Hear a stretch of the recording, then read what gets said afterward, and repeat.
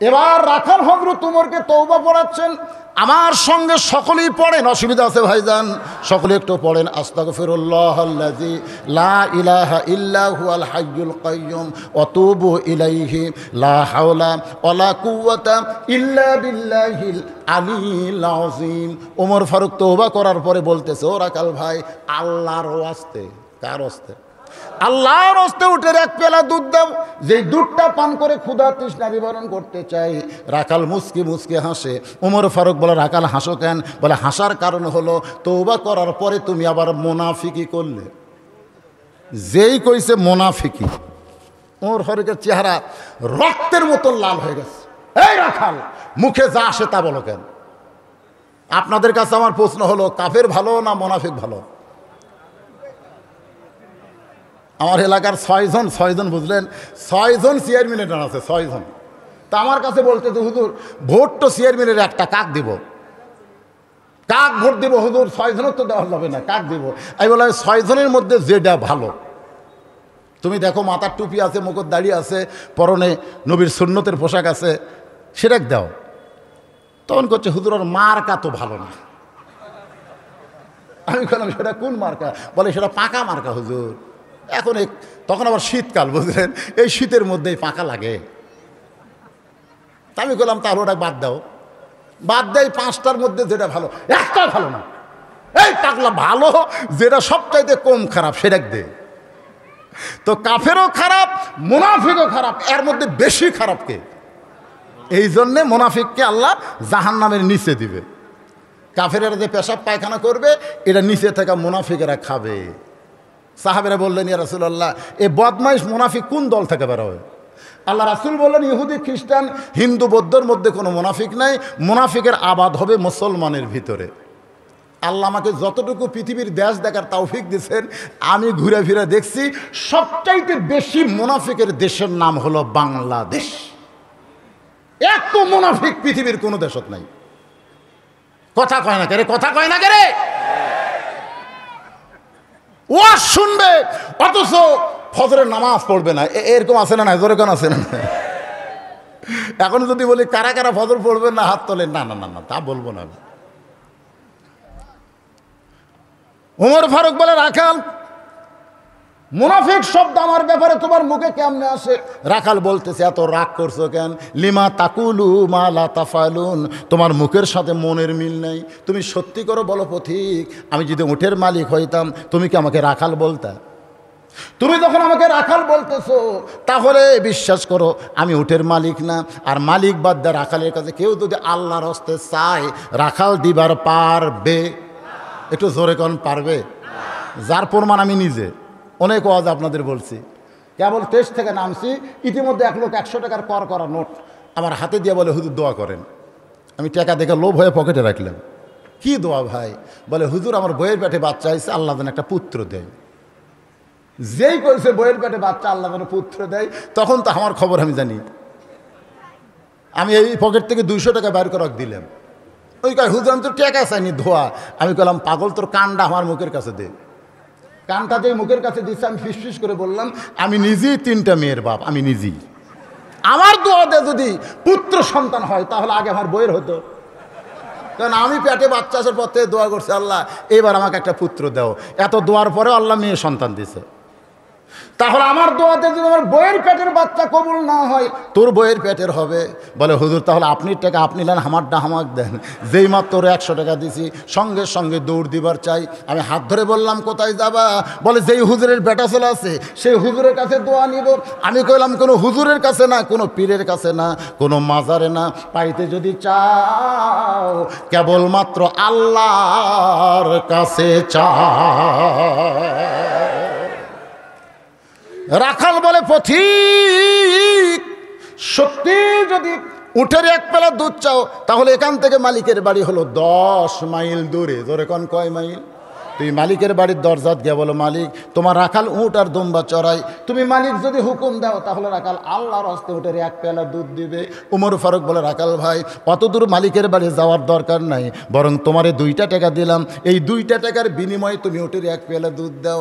রাখাল চিল্লায় বলে, পথিক তুমি কি হযরত উমরকে চেনো? পথিক তুমি কি হযরত উমরকে চিনো? উমর ফারুক সোম করে বলতেছে, উমরকে চেনার কি দরকার? রাখাল বলে, পথিক রে, আমাদের একজন খলিফা আছে, যে খলিফা আল্লাহর কোরআন দিয়া রাষ্ট্র চলায়। সেই খলিফার গুপ্ত বাহিনী যদি দূর থেকে দেখবার পায়, তুমি আমারে 2 টাকা ঘুষ দিছো, আর মালিক বাদ আমি উঠে 1 পেলা দুধ দিলাম, তাহলে তোমাকেও ধরবে, আমাকেও ধরবে। এখন বলো পথিক, এই বুড়া বয়সে কি ধরা পড়বার চাও?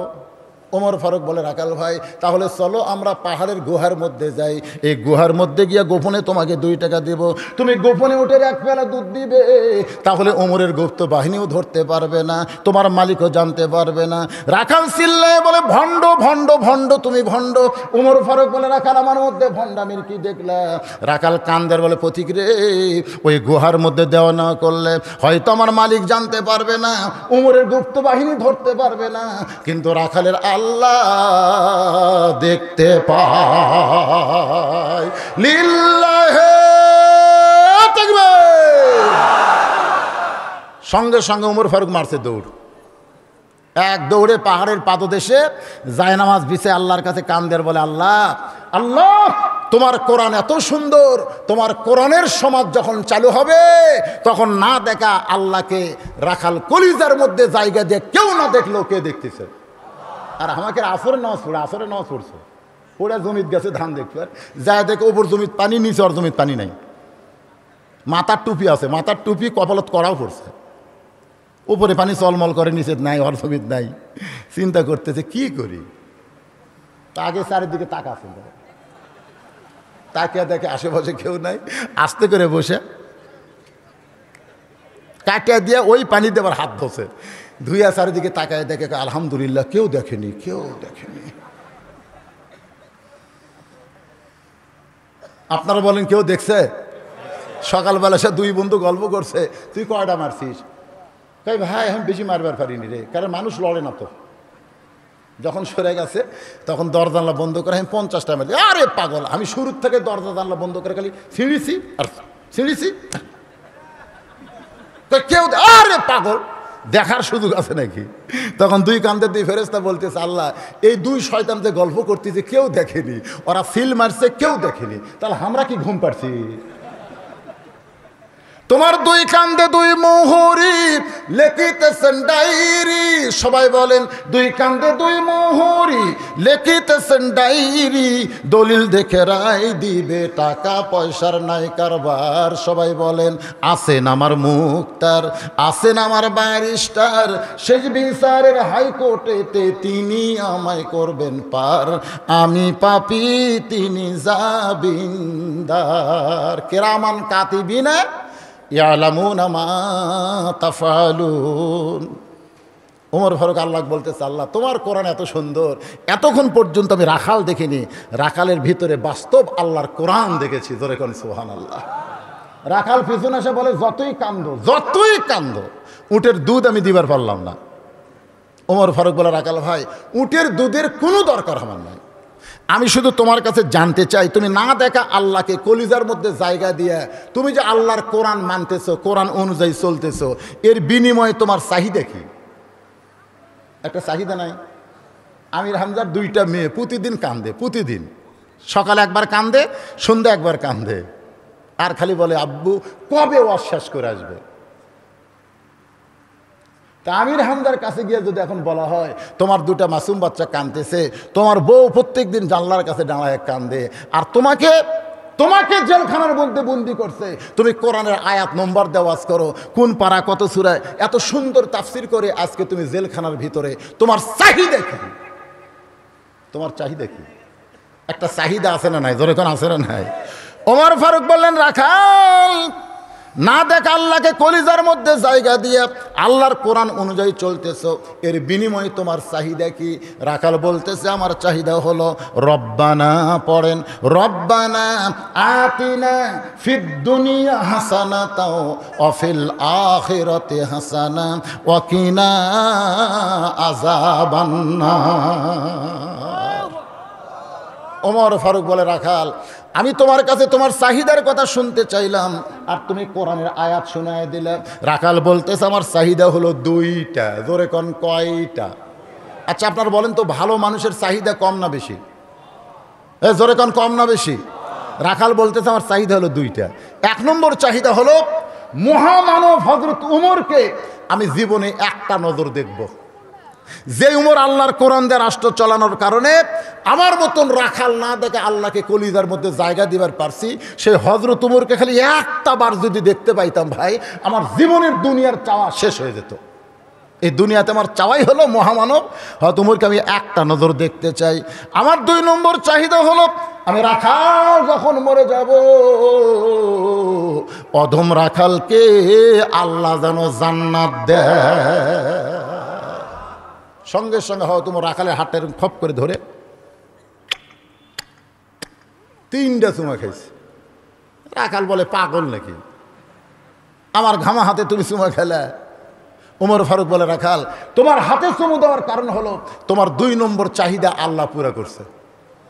মরার সঙ্গে সঙ্গে আল্লাহ তোমার জন্য 8টা জান্নাতের দরজা খুলে দিয়ে বলবেন অফতিহাত আবওয়াবুহা ওয়া ক্বালা লাহুম খাযানাতুহা সালামুন আলাইকুম তিবতুম ফাদখুলুহা খালিদিন। রাখাল মুচকি মুচকি হাসে। ওমর ফারুক বলে রাখাল মরার সঙ্গে সঙ্গে আল্লাহ তোমার জান্নাত দিবে, এইটা শোনার পরে তুমি হাসতে তো কেন? মাইক শেষ করে দিলে। এরা কি করতেছে আল্লাহ ভালো জানে। আরে সাউন্ড এখন আর থাকবেই না।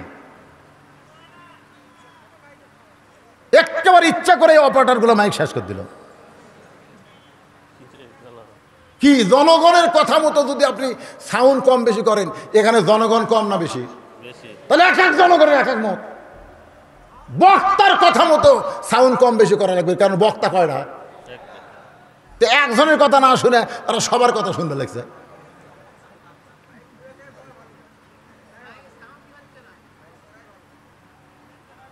কি কয় থাকি কয় কোনটা ভালো? যাবেই তো। গলা কি মনে করছেন খুব ছোট তাই? কিন্তু চঞ্চনি করলে কিছুই বোঝা যাবে না। এই বেজাই তুমি মাইকের লোক, তুমি মাইকের লোক বাবা, কি হয়েছে? কাটিয়ে গেছে, এখনই কাটলো? ভাই যান, ওটা বসা করেন না ভাই, আমার কলজা ভরে গেছে রে। এই যে হাজার হাজার মানুষ আপনার বসে আছেন, দাঁড়িয়ে আছে, লড়া নাই চড়া নাই, আল্লাহর কোরআনকে মহব্বত করে একটু বসেন দেখি আল্লাহ সাউন্ড কি করে। আল্লাহ পারে কি পারে না? ধরে কোন পারে কি পারে না? সব ক্ষমতার মালিক কে? আমার আল্লাহই করবেন। একটু মহব্বত করে, একজনে নড়াচড়া করবেন না, কোরআনের ইজ্জতে বসে থাকেন। আল্লাহ আপনার পেশাব জাতীয় যত ব্যারাম আছে সব কোরআনের উসিলায় ভালো করে দিবে, ভালো করে দিবে ভাই। কোরআন পারে কি পারে না? হ্যাঁ, কোরআনকে আল্লাহ সমস্ত রোগের ঔষধ হিসাবে নাজিল করছে। সামান্য পেশাব লাগছে উঠে চলে যান, তার মানে কি? আপনার কাছে পেশাবের গুরুত্ব বেশি না কোরআনের গুরুত্ব বেশি? আপনি রাত 9টার সময় যদি ঘুমান, পেশাব করে তারপর বিছনাত যান, কারণ ঘুম নষ্ট করা যাবে না। এক টানা 6 ঘন্টা ঘুম পড়ে, আসলা তো খারমেনা নাম শোনা ওঠে না। আর সামান্য 2 ঘন্টা আওয়াজ শুনবার আসে যদি 2 বার পেশাব করা লাগে, কি? একটু ধৈর্য নিয়ে বসেন, মনোযোগ দেন। আর মাইকওয়ালা ভাইকে আমি বলবো এখানে না বসে চারিদিকে ঘুরে দেখেন সাউন্ডের কি সমস্যা হচ্ছে। আল্লাহর বান্দারা একটু মনোযোগ মহব্বত করে জিকির করেন লা ইলাহা, এই চঞ্চনি হোক লা ইলাহা ইল্লাল্লাহ, লা ইলাহা ইল্লাল্লাহু মুহাম্মাদুর রাসূলুল্লাহ সাল্লাল্লাহু আলাইহি ওয়াসাল্লাম। রাখাল মুচকি মুচকি হাসে। ওমর বড় হাসে কেন? রাখাল বলে বাকির কথা তুমি সহজে বললা, মরে গেলে জান্নাত পাবো, এই বাকির কথা বললা, কিন্তু হযরত ওমরকে এক নজর দেখতে পাবো, এই নগদ কথা বলতে তোমার কোন জায়গাত বাজে? মরে গেলে জান্নাত, এটা লগত না বাকি? আর হযরত ওমর তো তুমি নগদ হযরত ওমরকে এক নজর দেখবো সেই কথা বলবার পারো না, মরে গেলে জান্নাত পাবো সেই কথা তো ভালোই বলতেছ। ওমর ফারুক চিন্তায় পড়ে গেলেন যে আমি যে ওমর, এই কথা যদি এখন রাখালকে বলি যে আমি ওমর, তাহলে রাখাল হাত ফেল করবে। কেন করবে? কারণ আমার তওবা পড়াছে মুনাফিক কসে ভণ্ড কসে। জোরে কোন কথা ঠিক কিনা? যাকে তওবা পড়াছে, মুনাফিক কাছে, ভণ্ড কাছে, সেই লোকটা যদি কয় আমি উমর, ওই শোনাও সারা, হাটপেল করে মরাও সারা। ওমর ফারুক চিন্তায় পড়ে গেলেন, কি করব। এমন সময় আল্লাহর কোরআন বলতেছে, উদউ ইলা সাবিলি রাব্বিকা বিল হিকমাহ। আল্লাহ বলতেছেন ডাইরেক্ট যদি বলবার না পারো, এটা হলো কি আমি ওমর, এটা হচ্ছে ডাইরেক্ট যদি বলবার না পারো হিকমতের সাথে। তার মানে কি, এই দিক দিয়ে ঘুরে নিয়ে আসে এই জায়গাতে। বর্তমানে আমরা ডাইরেক্ট কোনো ওয়াজ করবার পারতেছি না। ডাইরেক্ট কোনো কথা বললে ডাইরেক্ট টেস্ট থেকে নিয়ে যাবি, তোর কোন কথা ঠিক কিনা। এই জন্য আল্লাহ বলেছে যখন ডাইরেক্ট বলার পরিবেশ থাকবে না, তখন তোমরা হেকমতের মার দিও। আমি হেকমতের নাম দিছি অ্যাঙ্গেল করা। জয়কন কি করা? সোজা না দে, একটু বেঁকা করা। ওমর ফারুক বললেন, রাখাল সত্যি যদি তুমি হযরত ওমরকে দেখবার চাও, তাহলে ফজরের নামাজ তোমাকে সামনে কাতারে আদায় করা লাগবে।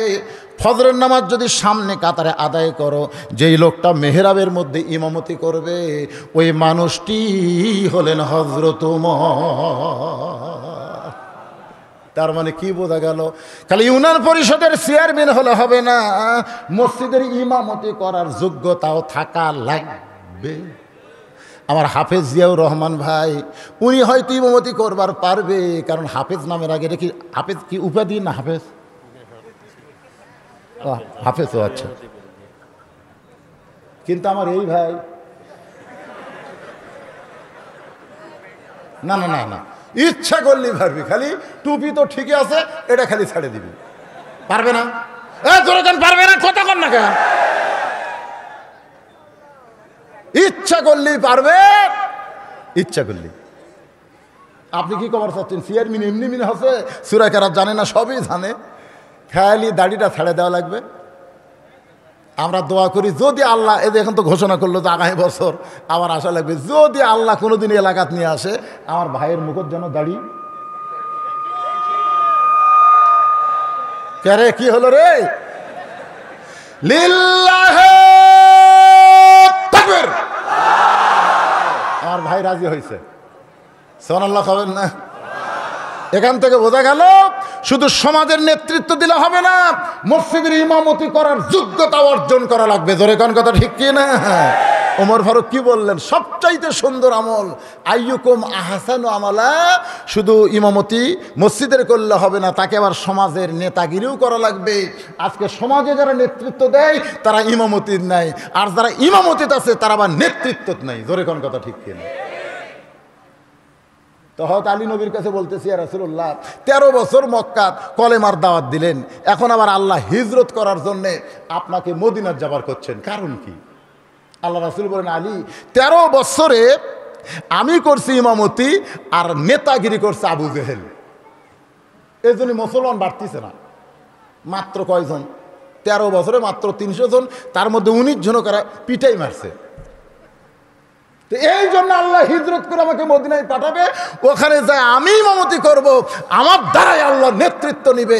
মাত্র 8 বছরে 10,000 মুজাহিদ নিয়ে মক্কা বিজয় হয়ে গেছে। জোরে কোন সুবহানাল্লাহ। হ্যাঁ, দেখছেন 13 বছরে মুসলমান 300 জন, আর 8 বছরে 10,000 নিয়ে মক্কা জয়। আজকে বাংলাদেশে ওই মক্কার ইসলাম চলতেছে ভাইরে, মদিনার ইসলাম নাই। মদিনার ইসলাম যদি আমরা বুঝবার চাই, লিয়াবলুয়াকুম আইয়ুকুম আহসানু আমালা, যে সুন্দর আমলের পরীক্ষার কথা আল্লাহ বলতেছে। ওমর ফারুক বললেন, রাখাল সামনে কাতারে নামাজ পড়বা, মেহরাবের দিকে তাকায় যে মানুষটাকে দেখবা ইমামতি করতেছে, ওই মানুষটি হলেন হযরত ওমর। রাখাল ফোফায়ে ফোফায়ে কাঁদতেছে। ওমর ফারুক বলে, রাখাল এতক্ষণ খালি তুমি হাসলা, এবার কান্দো কেন? রাখাল বলে, কান্দার কারণ হলো আমি বারান্দায় নামাজ পড়ি, আমি মসজিদের মধ্যে ঢোকার সাহস কোনোদিন পাই না। আমি একজন সাধারণ রাখাল, আর মসজিদের দামি দামি সাহাবি, ওই দামি দামি সাহাবির মধ্যে আমি রাখাল কেমনে যাই? এই জন্যই বারান্দায় নামাজ পড়ি ভাই। ওমর ফারুক বলে, রাখাল তুমি কম দামি, আর ভিতরে যারা নামাজ পড়ে এরা দামি, এই ভুল তোমারে কে বুঝাইছে? বরং আল্লাহর আইন হলো ইন্না আক্রামাকুম ইনদাল্লাহি আতকাকুম, ওই ব্যক্তি সবচাইতে দামি হয় যার কলিজার ভিতরে আমার আল্লাহর ভয়। এই কয়টা কোথায় যাবে? এই কয়টা কোথায় যাবে? না, এখন রাত 11:15 বাজতেছে, এই সময় এই হ্যাগলাগুলা যদি ছেড়ে দেন, এরা তো সিজার করা, বোঝেন না কি করা? সিজার করা। হ্যাঁ, এই যে যারা গেল না এরা সব সিজার করা। আর আমরা হলাম, বুঝতেছেন না কি বলবো প্রসবের কথা, মা বিনে সেই ব্যথা কেউ তো বুঝিবে না। আমি যখন হলাম আমার দাদি কয় তোর টাইনে বার করতে তোর মাথা লম্বা হয়ে গেছিল, পরে তোর মাথা থাবে থাবে থাবে থাবে থাবে থাবে গোল করা লাগছে। মাজন ঠেকিয়া সন্তানের দায়, অকালে মা মারা যায়। ঠেকিয়া সন্তানের দায়, অকালে মা মারা যায়। কেন সে মায়ের দোয়া করবা না? এমন দরদি ভাবে কেউ হবে না আমার মা গো। এটা হলো হামাকের মা। আর এখনকার মা আগে থাকাই টিকিট করে থই, সিজার করবি তোর, এখন কি করবি? সিজার সময় হয়নি, ডাক্তার টাকার লোভে কইছে এখনই কাটা যায়। পেট কাটা দেখে সন্তানের ঘুমই ভাঙ্গেনি, মানে আরো 3 দিন পর হবি, এখনই কাটে এক দেখে ঘুমই ভাঙ্গেনি। তখন পেটের থেকে বাইর করে ঘুরাই। আপনারা বলেন তো, আর বার হতে কোনো কষ্ট হলো? আর মায়ের কোনো কষ্ট হয়েছে? তাহলে বুঝবে কেমনে যে কোনটা কি জিনিস? এই লাভ দিয়ে উঠলো। একটু কষ্ট করে মনোযোগ দিয়ে কথাগুলো শোনেন। ওমর ফারুক বলে, রাখাল তুমি কম দামি, আর ভিতরের দামি তোমারে কে বুঝাইলো? বরং ওই ব্যক্তি সবচাইতে বেশি দামি হয় যার কলিজার মধ্যে আল্লাহর বেশি ভয়। সুবহানাল্লাহ কোন। ফজরের নামাজ সামনে কাতারে আদায় করবা, যদি উমর দেখ পারছাও। রাখাল বলতেছে আজকে এশার নামাজের পরে আমি আর বাড়িতে যাব না। উমর ফারুক বললেন কেন ভাই? বলে এশার নামাজ পড়ে বাড়িতে গেলে ফজর যদি সামনে কাতারে না পাই। ওমর ফারুক বললেন রাখাল 5 ওয়াক্ত নামাজের মধ্যে 3 ওয়াক্ত তাড়াতাড়ি, 2 ওয়াক্ত লম্বা কেন? আসর মাগরিব এশা তাড়াতাড়ি, জোরে কোন কি তাড়ি? তাড়াতাড়ি বোঝেন না? আসর পড়তি মাগরিব, মাগরিব পড়ার কিছুক্ষণ পরে এশা, কিন্তু এশা থেকে ফজর, ফজর থেকে জোহর, এই 2 ওয়াক্ত লম্বা কেন?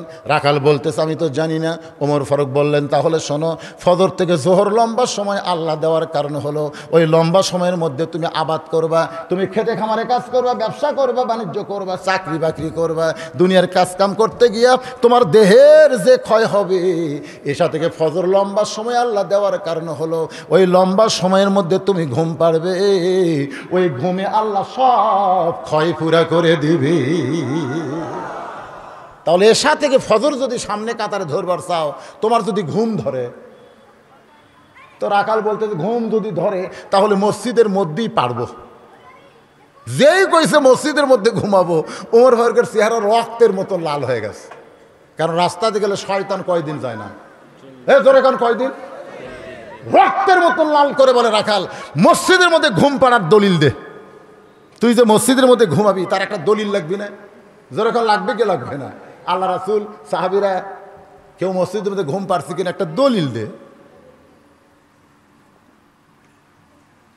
ঘুম পাড়া তো দূরের কথা, জোহরের নামাজ পড়ে সবাই বাড়িতে গেছে, ওরা 3 জন 4 ফ্যান দিছে। কয় ফ্যান? 4 ফ্যান দিয়ে গল্প করতেছে। 1-1 ঘন্টা হয় গল্প ছাড়ে না, ফ্যান ঘুরতেছে আর গল্প করতেছে। ফেরেশতাকে আল্লাহ সবাই নামাজ পড়ে ফাইদা কুদিয়াতিস সালাতু ফান্তাশিরু ফিল আরদ, নামাজ হয়ে গেলে মসজিদ থেকে বার হওয়া লাগবে তোমার আইন। সবাই চলে গেছে। এই 3 জন যে 4 ফ্যান দিয়ে গল্প করতেছে, এর কি রেজাল্ট কি? আল্লাহ বলতেছে ওদের মাথার উপর যতক্ষণ অজাতা ফ্যান ঘুরিছে নামাজের পরে, ওই ফ্যানের বিল এই 3 জন আলাদাভাবে না দেওয়া পর্যন্ত এরা জান্নাতে যাওয়ার পারবে না। কারণ মসজিদ ওর বাপের ঘর না, ইচ্ছা মতো ফ্যান ঘুরাবি। জোরে কোন কথা ঠিক কি? মসজিদ তোর বাপের ঘর। এখন ওই রমজান মাসে দেখবেন কতগুলা রোজাদার সব মসজিদে যায়। মসজিদের যদি আপনি ফ্যান ঘুরেন তাহলে ফ্যানের বিল আপনাকে না দিলে জান্নাতে যাওয়ার পারবেন না ভাই। এ কথা কন না কেন? কথা কন না কেন? ও আপনাকে অভ্যাস আছে নাকি? ওমর ফারুক বলেন আজানের গুরুত্ব দাও। এতদিন রাখাল নামাজ পড়েছে বারান্দায়, আজকে যেই মাত্র ফজরের আজান হয়েছে, আজানের মধ্যে আসসালাতু খায়রুম মিনান নাওম, ঘুম হইতে নামাজ অতি উত্তম। পৌষ মাঘ মাসে কঠিন শীতে আসসালাতু খায়রুম মিনান নাওম শোনার পরে ল্যাপ তোশক যারা হারাম করে ঠান্ডা পানিতে অজু করে মসজিদে যায়, ফেরেশতা বলে আল্লাহ এত শীতের মধ্যে তোমার বান্দা বান্দিরা ল্যাপ তোশক হারাম করে তোমার নামাজে দাঁড়ায়, এদের রেজাল্ট কি? আল্লাহ বলতেছে যদি বদরের যুদ্ধ থাকতো তাহলে এরা বদরের যুদ্ধে অংশগ্রহণ করার ঈমান পাইছে। আমি আল্লাহ এদের সময় বদর যুদ্ধ দেই নাই, কিন্তু ফজর জামাত আদায় করার কারণে একটা বদর যুদ্ধের সওয়াব এদের আমল নামায় দিয়ে দিলাম। কি মনে করতেছেন ঠান্ডার মধ্যে ফজর নামাজ পড়া ল্যাপ তোশক বাদ দেয়া কেমন লাগে? ভালো লাগে, বাড়াই না। আগে আসছিল 3.5 হাত, যে আসসালাতু খায়রুম মিনান নাওম শুনছে ওই 2.5 হাত, মানে আজান শুনবে না তো আজানও ভাল লাগে না। তো ওই সারা রাত ফেসবুক টিপে ফজর আগদা শুয়েছে আর আজান ভাল লাগে? আস্তে করে কম্বল মাথার উপর তুলে দিছে, পাও বাড়াছে, পাও টানে বুকের কাছে আনছে। ফেরেশতাকে আল্লাহ 3.5 হাত মানুষ 2.5 হাত হলো, এর কি রেজাল্ট কি? আল্লাহকে কম্বল টানতে দেখ আর সাইড টিপে যায় দেখ, একই কম্বল টানতে দেখে ওর সাইজ ওই সাইড টিপের কুত্তের সাইজ, একই সাইজ ভাইরে, আগা মাথা কিছু নাই, গোল হয়ে জিলাপি হয়ে আসে। ফজরের নামাজে আসসালাতু খায়রুম মিনান নাওম, ঘুম হইতে নামাজ অতি উত্তম শোনার সঙ্গে সঙ্গে রাখাল এতদিন নামাজ পড়েছে বারান্দায়, আজকে সামনে কাতারে নামাজ পড়বে, মসজিদের দরজায় পৌঁছে গেছে, জোরে কোন সুবহানাল্লাহ, গিয়া বলতেছে বারান্দা এতদিন তো নামাজ পড়ছি, আজকে সামনে কাতারে নামাজ ধরতে চাই। এই বলে রাখাল মসজিদের মধ্যে ঢুকতেছে। আপনারা বলেন তো ইচ্ছা মতো ঢুকলে হবে না নবীর তরিকা মোতাবেক ঢোকা লাগবে? নবীর তরিকা হলো ডান পাও, জোরে কোন কোন পাও, ডান পা দিয়ে একটা দোয়া পড়া লাগবে। আপনারা সে দোয়া জানেন? ডান পা দিয়ে একটা দোয়া পড়া লাগে। দোয়াটা কি? আমি দেখি আমার এক মুসল্লি মুকুট মাস্ক দিছে, মুকুট মাস্ক, একে নাক মুখ ঢাকে মসজিদ দরজা দিয়ে দোয়া পড়তেছে, আল্লাহুম্মা আফতাহ। আমি কইলাম লিমা তাকুলু মা লা তাফালুন। লোকটা বলে হুজুরের বাংলা কি? আমি কইলাম তোমার মুখের সাথে আমলের মিল নেই। তুমি বলতেছো এইটা হলো রহমতের দরজা, রহমতের ঘর, তাহলে সেই রহমতের ঘরে গজবের চিহ্ন নিয়ে ঢুকতেছে কেন? তুমি কত মুকুট মাস্ক কখন পড়ছে? করোনা গজব আসার পরে। বলে হ্যাঁ, তাহলে করোনা গজব আসলে যদি মাস্ক পরো, মাস্ক কি রহমত না গজব? তো কয় হুজুর গজবের চিহ্ন, তাহলে গজবের চিহ্ন নিয়ে রহমতের ঘরে ঢুকতেছে। তুমি জানো এই ঘরের কি পুরস্কার? বলে হুজুর আমি তো জানি না।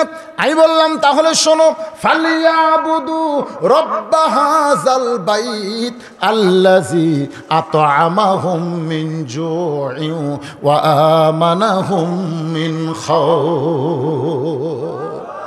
এই ঘরের মালিকের যারা গোলামি করবে, নামাজ পড়বে, তাদেরকে আল্লাহ সাথে সাথে 2টা পুরস্কার দিবে। 1 নম্বর পুরস্কার হলো তার রিজিকের কোনো পেরেশানি থাকবে। 2 নম্বর পুরস্কার হলো যাবতীয় ভয় থেকে আল্লাহ তাকে পুরাপুরি নিরাপত্তা দিয়ে দিবে। আজকে আমাদের বাংলাদেশে রিজিকের পেরেশানি আছে না নাই? জোরে কোন আছে না নাই? আমার বলতে তো হুজুর সোয়াবিন তেল যে হারে দাম বাড়তেছে, আমি কইলাম তুই চড় খাবি? এই তুই চড় খাবি? হুজুর রাগ করছেন কেন? আমি কইলাম খালি সোয়াবিন বাড়ছে, তুই খালি সোয়াবিন কিনিস নাকি? গরুর গোস্তর দামও বাড়ছে, মশলার দামও বাড়ছে, সাবানের দামও বাড়ছে, কাপড়ের দামও বাড়ছে, সব জায়গাতে আগুন লাগছে। জোরে কথা কন, কথা ঠিক কি না? এটাই হলো রিজিকের পেরেশানি। বাংলাদেশ সরকার রিজিকের পেরেশানি থেকে মানুষকে যদি বাঁচানো দরকার মনে করে, তাহলে নামাজের বিল পাস করতে হবে। জোরে কোন কথা ঠিক কি না? সমস্ত মানুষ যখন নামাজি হয়ে যাবে, আল্লাহ তাআলা রিজিকের পেরেশানি থেকে আমাদেরকে মুক্ত করে দিবে। আর এই করোনা ফরোনা যত ভয়ভীত আছে, সমস্ত ভয়ভীত থেকে আল্লাহ আমাদের পুরাপুরি নিরাপত্তা দিয়ে দিবে। রাখাল দোয়াটা বলে সামনে কাতারে রওনা দিচ্ছে, একটু খেয়াল করবেন, সামনে কাতারে যাবার চায়। প্রত্যেকটা সাহাবী নড়ে সরে রাখালকে রাস্তা করে দেয়। রাখাল যাইতে যাইতে একেবারে সামনে কাতারে মেহরাব বরাবর ফজরের 2 রাকাত সুন্নত নামাজ আদায় করেছে। 2 রাকাত সুন্নত পড়ে রাখাল চুপটি করে বসে আছে। এমন সময় একজন সাহাবী মসজিদের মধ্যে ঢুকে দেখে জায়গা নাই। একজন সাহাবী মসজিদের মধ্যে ঢুইকা দেখে জায়গা নাই, তার মানে জায়গা আছে, যে জায়গায় ওই সাহাবী নামাজ পড়ে ওই জায়গা দখল হয়ে গেছে। ওই সাহাবীর নাম হলো ওসমান গনি। সাহাবীর নাম কি? যে জায়গায় ওসমান গনি নামাজ পড়ে ওই জায়গায় একজন বসে আছে। আসলে আপনারা হয়তো বলবেন হুজুর ওই জায়গাকে ওসমান গনি দলিল করে দিয়েছে নাকি যে ওই জায়গাতে পড়া লাগবে? হ্যাঁ, আল্লাহ নবী বলেছেন আমি যখন ইমামতি করবো, শুনবেন মনোযোগ দিয়ে, তখন আমার পিছনে যিনি দাঁড়াবে তার নাম হলো আবু বকর। আবু বকর যখন ইমামতি করবে, আবু বকর পিছনে দাঁড়াবে ওমর। উমর যখন ইমামতি করবে, উমর বরাবর পিছনে দাঁড়াবে ওসমান। ওসমান যখন ইমামতি করবে, ওসমান বরাবর পিছনে দাঁড়াবে আলী। আলী যখন ইমামতি করবে, আলী বরাবর পিছনে। নবী আর কিছুই বলেন না, সাহাবীরা বলে রাসূলুল্লাহ। হযরত আলী যখন ইমামতি করবে, আলী বরাবর পিছনে কে দাঁড়াবে? রাসূল বললেন মা ইয়ান্তিকু আনিল হাওয়া ইন হুয়া ইল্লা ওয়াহয়ুন ইউহা। আমি নবী বলতে পারি না যতক্ষণ আল্লাহ না বলাই। ওই আলী পর্যন্তই হলো খোলাফায়ে রাশেদা। তাহলে উমর যখন নামাজ পড়াবে, উমর বরাবর কে দাঁড়াবে? আরো জোরে, কিন্তু জায়গা দখল। আল্লাহ নবী বলেছেন মসজিদে কেউ যদি কোনো জায়গা দখল করে, সে নিজের ইচ্ছায় জায়গা যদি না ছাড়ে, তাকে সেখান থেকে নড়ানো যাবে। ওসমান গনি দেখে রাখালের পাশে ফাঁক আছে, ওই ফাঁকের মধ্যে দাঁড়াইয়া তিনি ফজরের 2 রাকাত সুন্নত নামাজ আদায় করলেন। সুন্নত নামাজ আদায় করার পরে রাখালের মুখের দিকে 3 বার তাকাইছে। জোরে কোন কয়বার? 2 বার পর্যন্ত রাখাল ধৈর্য ধরছে। 3 বার যেই মাত্র ওসমান গনি তাকাইছে, সঙ্গে সঙ্গে রাখাল দাঁড়িয়ে বলে এই মিয়া, বারবার আমার চেহারার দিকে কি দেখো? ওসমান গনি সবচাইতে নরম মানুষ, সুবহানাল্লাহ খান, বলে ভাইজান বারবার চেহারা দেখার কারণ হলো তোমাকে আজকে নতুন দেখতেছি, তোমার পরিচয় কি? বলে আমার পরিচয় হলো রাখাল। ওসমান গনি মুচকি মুচকি হাসতেছে। মুচকি মুচকি হাসার কারণ হলো রাখাল যারা হবে তাদের ভাষা নরম হবে না, তাদের ভাষা গরম হওয়া লাগবে। কারণ গরম ভাষা না হলে সে রাখালি করতে পারবে না। এই জন্য আল্লাহ রাসূল বলেছেন প্রত্যেকটা অভিভাবককে আল্লাহ রাখালের দায়িত্ব দিয়েছে। অভিভাবককে, জোরে কোন কাকে? আমরা অভিভাবক না সবাই? আমাদেরকে আল্লাহ কিসের দায়িত্ব দিয়েছে? রাখালের। রাখালের, জোরে কোন কিসের? হয়তো আপনি বলবেন হুজুর আমার তো উট দুম্বা গরু ছাগল কিছু নাই, আমি কিসের রাখালি করব? আপনি চোখ বন্ধ করে দেখেন, আছে। চোখ বন্ধ করে দেখেন, আপনার 45 বছরের একটা গাভী আছে, আমার আছে। আমার গাভীর বয়স বর্তমানে 45 বছর। হ্যাঁ, আমার চোখ বন্ধ করে দেখেন আপনারা, আপনার বাড়িতে 22 বছরের একটা এড়িয়ে আছে। আপনি চোখ বন্ধ করে দেখেন 17 বছরের একটা বকনা আছে। হয়তো বলবেন হুজুর কি বোঝাবার চাচ্ছেন? আমি বলতেছি 45 বছরের গাভী মানে আপনার বউ, 22 বছরের আড়িয়া মানে আপনার ছেলে, 17 বছর বকন মানে আপনার মেয়ে। এই 3টার রাখালি আপনার করার দরকার আছে না নাই?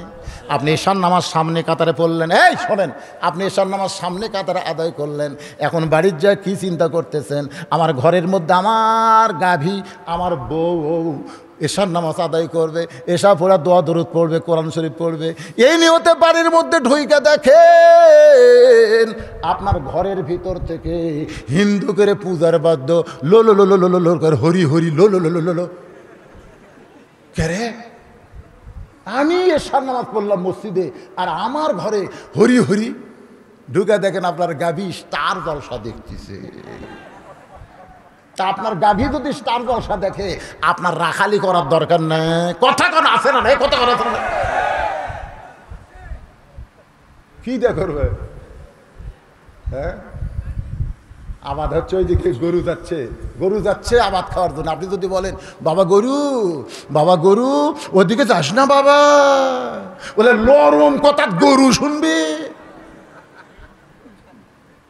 কেবা 2 মুরব্বী একবার উঠলেন, কেবারে জামাত করতেছেন নাকি?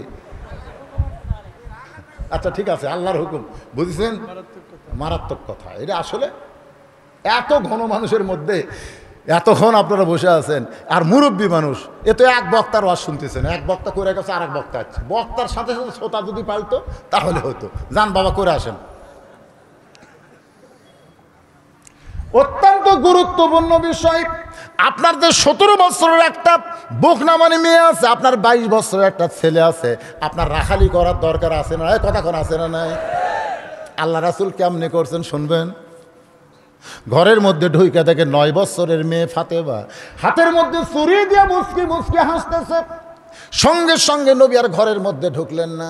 ফাতেমা চমকে গেল, কারণ নবী যখন ঘরের মধ্যে ভুলকি দেয় গোটা অন্ধকার ঘর আল্লাহ আলো বানায় সিরাজাম মুনীরা।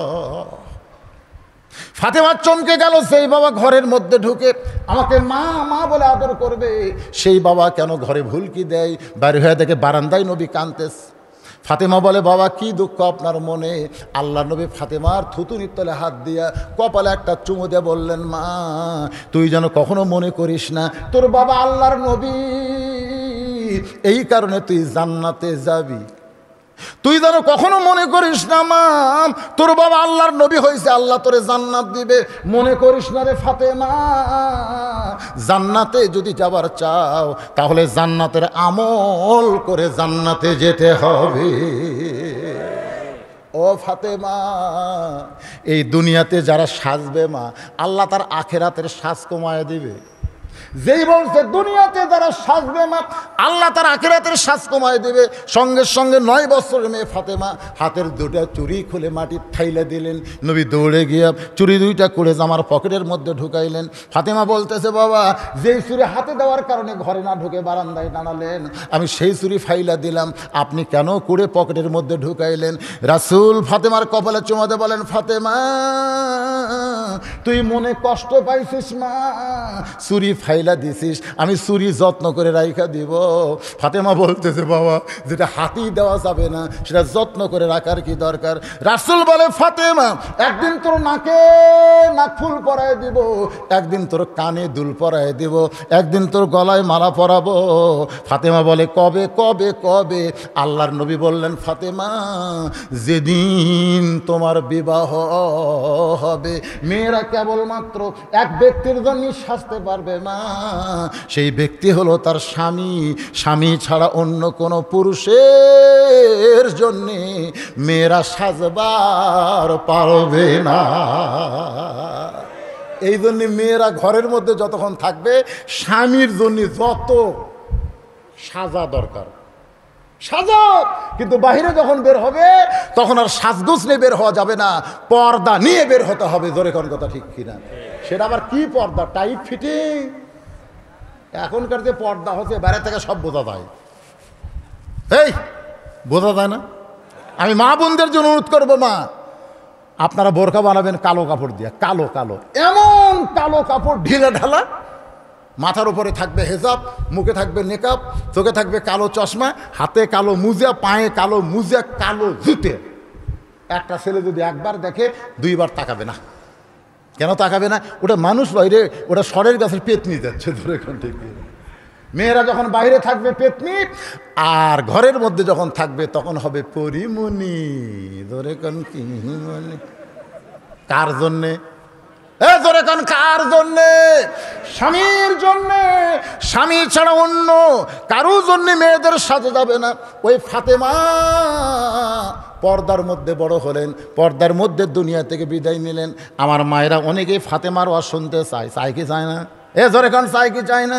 বলে বদরুল আসতে ফাতেমার ওয়াজ শুনবো। ও মা, গভীর রাত্রে হযরত আলী ফাতেমাকে কবর দিলেন। কবর দেওয়ার পরে আল্লাহর কাছে বলতেছে, আল্লাহ আমার ফাতেমা বলেছিল দুনিয়ার লক্ষ মানুষের দোয়া দরকার নাই, আপনি যদি আমার উপর সন্তুষ্ট হন আল্লাহ 8টা জান্নাতের দরজা খুলে দিবে। আমি আলী সন্তুষ্ট হইয়া ফাতেমার জন্য দোয়া করতেছি, আল্লাহ ফাতেমাকে তুমি খুশি করবা। ফাতেমার উপর আমি খুশি হয়ে গেছি। এই দোয়া করার পরে তাকায় দেখে এইমাত্র ফাতেমার কবর দিচ্ছে, কিন্তু সেই কবর আর নাই, সেই কবর আর নাই। আলী তাকায় দেখে 4-5টা পুরাতন কবর দেখা যায়। কবরের মধ্যে ঘুরে আর বলে, ফাতেমার কবর, ফাতেমার কবর। উপর থেকে আওয়াজ আসতেছে, আলী রে আমার ফাতেমা পর্দা নিশি, আমি আল্লাহ জোহরা ডিগ্রি দিয়া ফাতেমার কবরকেও পর্দা করেছি। আমার মায়েরা বোনেরা, সেই ফাতেমা হলো খাতুনে জান্নাত, সাইদাতুন নিসাই আহলুল জান্নাহ। সেই ফাতেমার সঙ্গে যদি জান্নাতে যাবার চান তাহলে বেপর্দা নারীরা জান্নাতে যাবার পারবে। আরো জোরে বলেন, পারবে? তাহলে আপনার বউ, আপনার মেয়েকে পর্দার মধ্যে রাখার দায়িত্ব আপনার আছে না নাই? জোরে কোন আছে না নাই? ওসমান গনি বলতেছে, ভাইজান আজকে সামনে কাতারে আইছেন, কারণ কি? রাখাল বলতেছে, আর আসবো না। আর আসবো না, আজ যাচ্ছি খালি দেখার জন্য। দেখা হলে আমি বারান্দাত নামাজ পড়ি, আর কি ঠেকা পড়ছে এই সামনে আসবে। আর ওসমান গনি বলতেছে আপনি দেখা পাবেন তার গ্যারান্টি আছে? রাখাল কয় কি কয় রে, দেখার জন্য আছে আর দেখা পাবো না মানে? ওসমান গনি বলতেছে ভাই আজ কয়েক বছর হলে আমি সামনে কাতারে নামাজ পড়তেছি, এখন পর্যন্ত আমার দেখা হয়নি, আর তুমি আজকের দিনই দেখবার বাবা। রাখাল বলতেছে কি কইলেন? কয়েক বছর হয়ে সামনে কাতারে নামাজ পড়ি, এখন পর্যন্ত দেখবার পাইলাম না, আর আপনি আজকের দিনই দেখবেন, কাল থেকে আর আসবেন না। রাখাল বলতেছে দেখি আপনার চোখ দেখি, চোখ দেখি, আমার দেখি, তাকান তো দেখি। ওসমান গনি কি করবে, সরল সাদা মানুষ, তাকায় আছে, মানে চোখের মুনি তো ঠিকই দেখা যায়, দেখবার পান না কেন? ওসমান গনি যারে দেখতে চায় তিনি কিন্তু ওমর না, তিনি হলেন নামাজের মালিক আল্লাহ। কারণ রাসূল বলেছেন আসসালাতু মিরাজুল মুমিনিন, নামাজ হচ্ছে মুমিনদের জন্য মিরাজ। আল্লাহ নবী বলেছেন আনতাবুদুল্লাহ কান্নাকা তারাহু ফাইন লাম তাকুন তারাহু ফাইন্নাহু ইয়ারাকা। সুবহানাল্লাহ বলেন। নামাজের মধ্যে যখন কোনো ব্যক্তি শামিল হবে, নামাজের মালিক আল্লাহকে দেখতে পাবে। আল্লাহ দেখা যদি সম্ভব না হয়, আল্লাহ তাকে দেখতেছে, এই বিশ্বাস তার কলিজার মধ্যে আসবে। সুবহানাল্লাহ কর। ওসমান গনি বলে ভাইজান কয়েক বছর হলে দেখতে পারতেছি না। রাখাল বলতেছে আমার হাত ধর। রাখাল যেরকম সেরকমই চাল চরিত্র, বোঝেন না? আমার হাত ধরো, আমি নিজেও দেখবো, তোমাকে দেখে দিয়ে ছাড়বো, হাত ধরো। সঙ্গে সঙ্গে ওসমান গনির সামনে আল্লাহর কোরআন এসে দাঁড়িয়ে গেছে। ইয়া আইয়ুহাল্লাযীনা আমানুত্তাকুল্লাহা ওয়া কুনু মা'আস সাদিকিন। ওসমান গনির সামনে আল্লাহর কোরআন বলতেছে ওসমান, আল্লাহর ভয় যদি কলিজার মধ্যে রাখতে চাও তাহলে একজন সত্যবাদী আল্লাহওয়ালার সাথী হও। অকুনু মা'আস সাদিকিন। আমরা যারা আল্লাহর ভয় সবসময় কলিজার মধ্যে রাখতে চাই, কার সাথী হওয়া লাগবে? মা'আস সাদিকিন। মা'আস সাদিকিন মানে কি? সত্যবাদী। সত্যবাদীদের সঙ্গী হও, সত্যবাদীদের দল করো, সত্যবাদীর সঙ্গে আন্দোলন করো, সত্যবাদীর সঙ্গে জেলে যাও। সাথী মানে কি? তারেক জিয়া যেখানে, আমরা আছি সেখানে, তারেক জিয়া জেলখানায়, এক চামচার মিছিল নাই। তার মানে তারেক জিয়া ততদিন বেড়ে থাকবে, ততদিন তারেক জিয়ার সাথে থাকবে। যেই ভিতরে যাবে, আচ্ছা কয়টা বাজলো ভাই রে? আমি তো খালি আপনাকে চেহারা দেখে আওয়াজ করতেছি। না না, বেশি বাজেনি। মানে এমন ভাবে আপনারা শুনতেছেন মনে হচ্ছে না 12:15, মনে হচ্ছে কেবল রাত 10টা বাজলো। জোরে কোন কথা ঠিক করে, ঘুম নাই, ক্লান্তি নাই। হাই রে হাই, এটা কোন জায়গা রে? লিল্লাহি তাকবীর। ওসমান গনি রাখালের হাতটা ধরেছে আর মনে মনে বলতেছে আল্লাহ আমার যোগ্যতায় আমি পাই নাই, ভাগ্য গুণে একজন সত্যবাদী পাইছি, সে নিজেও দেখবে এবং আমাকেও দেখাইয়া দিবে। ওসমান গনি হাত ধরে আছে কার? কার? কিছুক্ষণ পরে মুয়াজ্জিন নামাজের আকামত শুরু করেছে। নামাজের কি? জোরে কন। আকামত না একামত? আপনারা কি কন? আকামত না একামত? কদ কামাতিস সালাহ নাই, নামাজের মধ্যে আসে না নাই? এখানে একটা জিনিস কিন্তু খুব খেয়াল করবে, নামাজ দাঁড়ায় গেছে। আকামত মানে কি ভাই? নামাজ আরম্ভ লয়ে দাঁড়ান, দাঁড়ান, কামা কামা থেকে কামাত। আল্লাহ কোরআনে বলেছেন কুম কুম, দাঁড়াও, লিল্লাহে, আল্লাহর জন্যে, কনিতিন, আনুগত্য লিয়া। এই সারাদিন 10 কেজি ব্যাগ লিয়া বাজার করে, সারাদিন বাজার করে, হেঁটে হেঁটে বেটির বাড়ির যায়, হেঁটে হেঁটে বিয়ের বাড়ির যায়, আর মসজিদের মধ্যে আসাই চেয়ার খোঁজে। এইরকম কিছু লোক আছে না? দেখবেন ওই সবই মারতেছে হেঁটে হেঁটে, কিন্তু মসজিদের মধ্যে আসে কয় আমার চেয়ার কুটি রে। আপনাকে কি ধারণা, আজ থেকে 10 বছর 15 বছর আগে বাংলাদেশে কোনো চেয়ার ছিল? এই চেয়ার কে আমদানি করলো, কে রপ্তানি করলো, কি কারণে চেয়ার হলো? এভাবে চেয়ার যদি বাড়তি থাকে আর কিছুদিন পর মানুষ তো রুকু সেজদা করবি না, খালি বসে থেকে মাথা ঝোঁকাবি। তোর এখন কথা ঠিক কি? চলবে না। আমার ভাই বলতেছে এটা কিছু চলবি না, ঠিকই আছে। আল্লাহ বলেছেন লা ইউকাল্লিফুল্লাহু নাফসান ইল্লা উসআহা। তোমার কষ্ট হবে এমন কিছু আমি আল্লাহ তোমাকে চাপাই দেইনি। তুমি যদি দাঁড়াবার না পারো তুমি বসে পড়ো, বসা যদি না পড়ো কাত হয়ে পড়ো, কাত হয়ে যদি না পারো শুয়ে থাকা পড়ো, শুয়ে থাকাও যদি তোমার অসুবিধা হয় ইশারা করে পড়ো, তাও নামাজ পড়ো। কিন্তু এটা নামাজ পড়ার কথা বলা হয়েছে, জামাতে নামাজ পড়ার ব্যাপারে শর্ত আছে। আপনি যখন একা একা নামাজ পড়বেন, অসুস্থ মানুষ চেয়ারে বসে নামাজ পড়বেন, কোনো সমস্যা নাই। কিন্তু যখনই জামাত করে যাবেন তখন জামাতে দুইটা জিনিস খেয়াল করা লাগবে। এক নম্বর হলো পায়ের গোড়ালির সঙ্গে গোড়ালি মিল করা লাগবে, দুই নম্বর হলো কাতার সোজা করতে হবে। ধরে কোন কথা ঠিক কিনা? এখন কাতার সোজা গোড়ালি যদি মিল না হয়, আচ্ছা ঠিক আছে, ঠিক আমি বলতেছি, তাহলে কাতার সোজা বাঁকা করা যাবে না। যাবে? আমার ভাই বলতেছে আরে পাগলা, করোনার কারণে 1.5 ফুট পর পর রং দিয়ে দিছে, এখন কি করবেন? এটা করোনার কারণে গোড়ালির কাছে আসতেছে না। করোনা দূর হয়ে গেলে আবার আমরা গোড়ালির সাথে গোড়ালি মিল করবো। আচ্ছা ঠিক আছে, ঠিক আছে।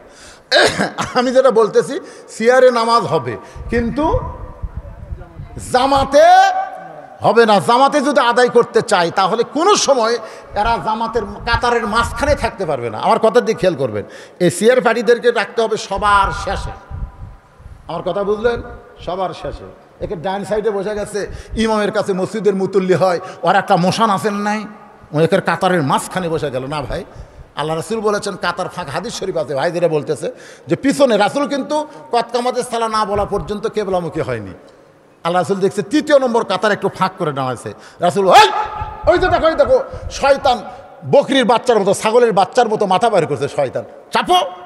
এ কথা আছে না নাই? এ কথা আছে। এই জন্য পায়ের গোড়ালির সঙ্গে গোড়ালি মিল করতে হবে। তা আমি যে আলোচনা করতেছি, আলোচনা আগে করি, তারপরে এগুলো প্রশ্নের কথা বলবো, ঠিক আছে? হ্যাঁ। ওসমান গনি রাখালের হাতটা ধরে আছে, এমন সময় শুরু হয়েছে আকামত। যেই মাত্র মুয়াজ্জিন আকামত শুরু করেছে এমন সময় হযরত ওমর মেহরাবের মধ্যে ঢুকতেছে। সুবহানাল্লাহ। হয়তো আপনারা বলবেন হুজুর হযরত ওমর কোন দিক দিয়ে মেহরাবে ঢুকলো? মসজিদের দরজা দিয়ে মেহরাবে না, মসজিদের দরজা দিয়ে বর্তমান বাংলাদেশে ইমাম ঢোকে, কিন্তু যখন কোরআন দিয়ে রাষ্ট্র চলবে তখন প্রত্যেক ইমাম মানে একটা করে নেতা।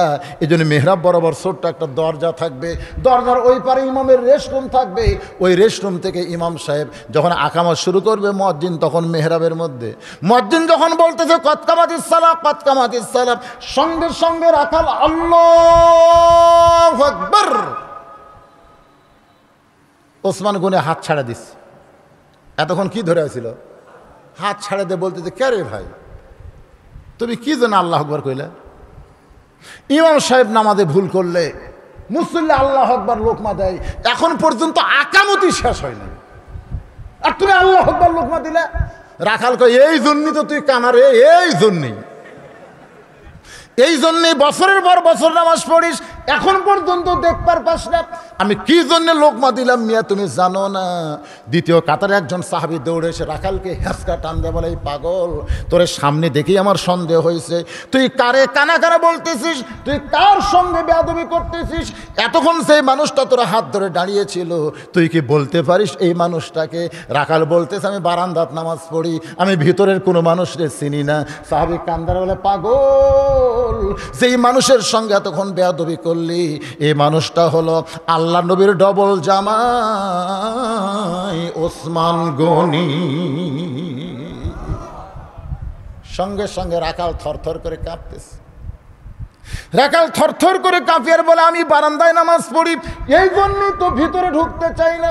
ভিতরে নবীর দামি দামি সাহাবীর মধ্যে আমি একজন সাধারণ রাখাল কেমনে ঢুকবো ভাই? কিন্তু ওই পথিক আমার সর্বনাশ করছে। আমার আঙ্গুলের দিকে তাকায় খেয়াল করেন, রাখাল হযরত ওমরের দিকে আঙ্গুল তুলে বলতেছে ওই পথিক আমার সর্বনাশ করেছে। ওই পথিক আমারে কইছে ওমরকে যদি দেখবার চাও তাহলে সামনে কাতারে দাঁড়াইবা, মেহরাবের মধ্যে যেই মানুষটা ইমামতি করবে সেই মানুষটি হযরত ওমর। আমার সারা জীবনের বাসনা শুধু একটা বার হযরত ওমরকে দেখে আমার কলিজা শীতল করতে চাই, কিন্তু ওমরকে দেখতে এসে ওই পথিককে যদি মেহরাবের মধ্যে দেখতে চাই তাহলে তোমরাই বলো আমার লোকমা লোকমা দেওয়া ছাড়া তো উপায় নাই। আমি আল্লাহু আকবার লোকমা দিয়া ওই প্রতীককে মেহরাব থেকে সরায় দিয়া ওই জায়গায় হযরত ওমরকে আমি এক নজর দেখতে চাই। হাজার হাজার সাহাবীরা কান্দে, সমস্ত সাহাবীরা যখন কাঁদতেছে রাকাল চিল্লায় বলে আল্লাহ বারান্দায় নামাজ পড়া ভালো, এই ভিতরে কেন কান্দাকান্দি শুরু হয়ে গেল? ওসমান গনি বলে রাকাল ভাই, এই ভিতরে কান্দার কারণ হলো তুমি যারে পথিক পথিক বলতেছো তিনি হলেন হযরত ওমর। গাছের গোড়া কাটলে গাছটা যেমন ঠাস করে পড়ে যায়, রাখাল মেহরাবের মধ্যে তেমনি পড়ে গিয়া কাটা মুরগির মতন ছটফট করে আর বলে আমির আল মুমিনিন, আমি আপনাকে তওবা পড়াইছি, আমি আপনারে মুনাফিক কইছি, আমি আপনারে ভণ্ড কইছি, এত কথা বলেছি গো আমির, অধম রাখালকে আপনি কিছুই বলেননি।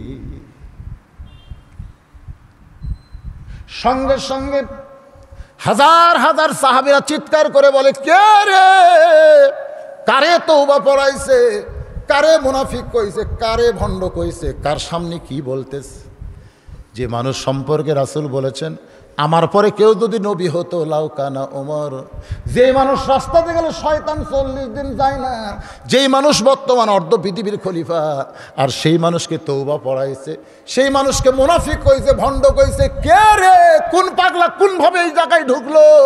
সমস্ত সাহাবী যখন চিল্লা চিল্লি করে, এমন সময় হযরত ওমর এভাবে দুই হাত তুলে বলতেছে আতিউল্লাহ ওয়া আতিউর রাসূল ওয়া উলিল আমরি মিনকুম, আল্লাহর আনুগত্য করো, নবীর অনুসরণ করো, আমি যদি তোমাদের আমির হই আমাকে কি তোমরা মানো?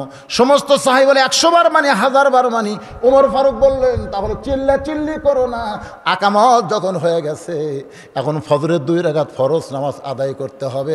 নামাজ আদায় করার পরে আমারে তওবা পড়ানো, আমারে মুনাফিক কও, আমারে ভণ্ড বলা, সব বিচার আল্লাহর কোরআন দিয়ে হবে। লিল্লাহু তাকবীর। নামাজ আগে না বিচার আগে? আগে নামাজটা হবে। ওমর ফারুক সাহাবীদের নিয়ে 2 রাকাত নামাজ পড়বে, আর এই 2 রাকাত নামাজ পড়তে যে সময়টা লাগবে ভাই, একজন ওটা বসা করবেন না, আল্লাহর হস্তে 2 রাকাত নামাজ পড়ে যতক্ষণ সময় লাগবে, এই সময়ের মধ্যে আমি একটু সদস্য কালেকশন করব। এই যে বিশাল মাহফিল হচ্ছে, এই মাহফিলের কোনো আদায় নাই, লেখা আছে এখানে, লেখা আছে দানবিহীন, দানবিহীন মাহফিল।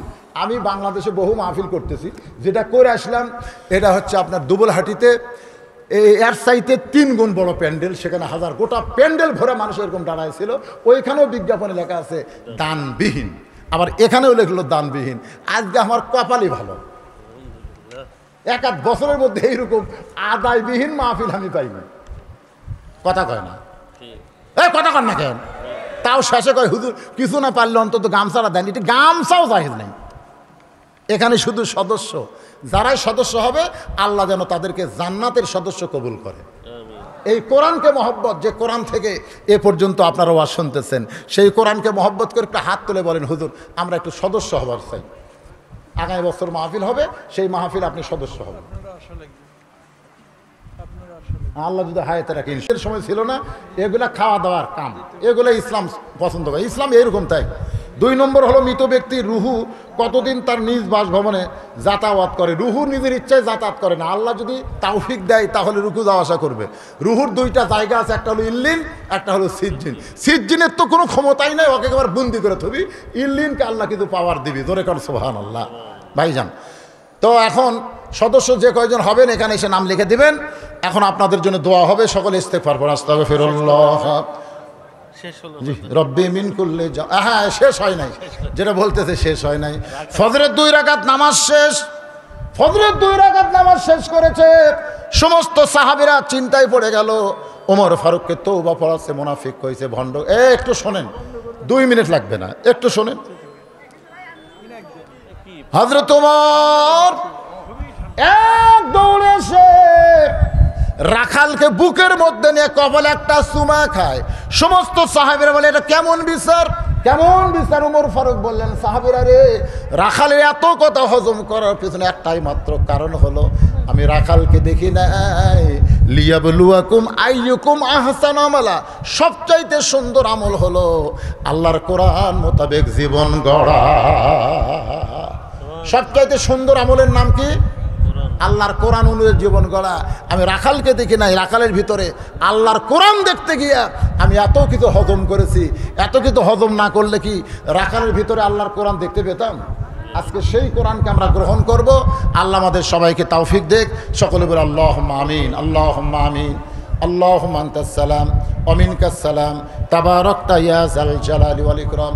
হাজার হাজার তোমার বান্দা বান্দিরা আজকে জান্নাতের বাগানে, আল্লাহ বান্দিদেরকে দেখি নাই, তবে তোমার বান্দারা বসার জায়গা পায় নাই।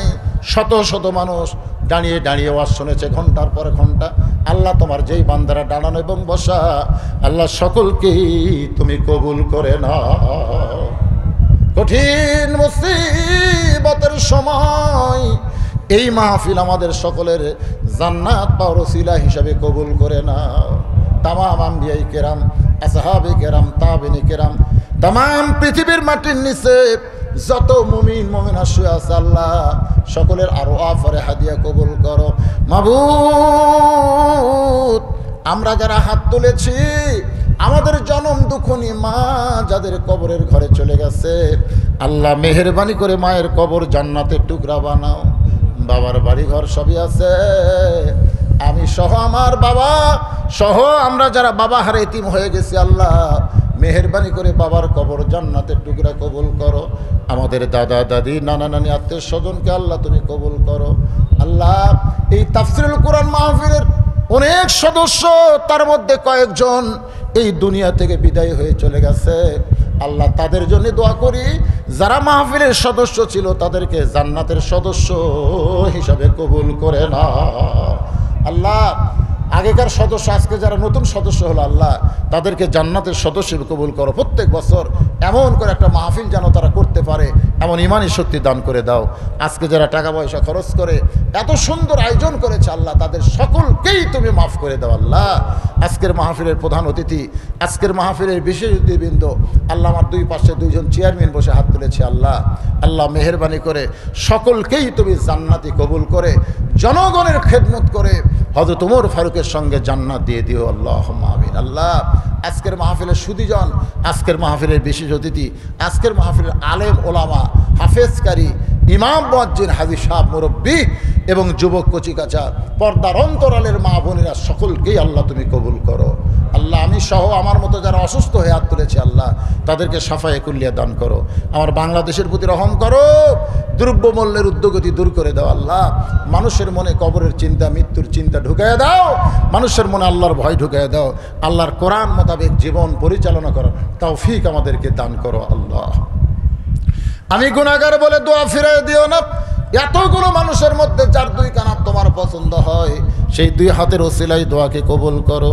যেদিন মরে যাব দিনটা যেন জুমার দিন হয়, মাসটা যেন রমজান মাস হয়। ইমানের সাথে ইজ্জতের সাথে এই দুনিয়া থেকে বিদায় নেওয়ার তৌফিক দিও। আজকের মাহফিলের সম্মানিত সভাপতিকে কবুল করো, সহসভাপতি কবুল করো। আল্লাহ আবার বলতেছি, আল্লাহ তাআলা এই বান্দা এখানে বাজারের উপরে রহমত আর বরকতের দরজা খুলে দাও। যে বাজারের লোকেরা কষ্ট করে মেহনত করে এত সুন্দর আয়োজন করেছে, আল্লাহ তাদের সকলকেই তুমি জান্নাতি কবুল করে নাও। মরার সময় জবানে তুমি জারি করে দিও লা ইলাহা ইল্লাল্লাহু মুহাম্মাদুর রাসূলুল্লাহ।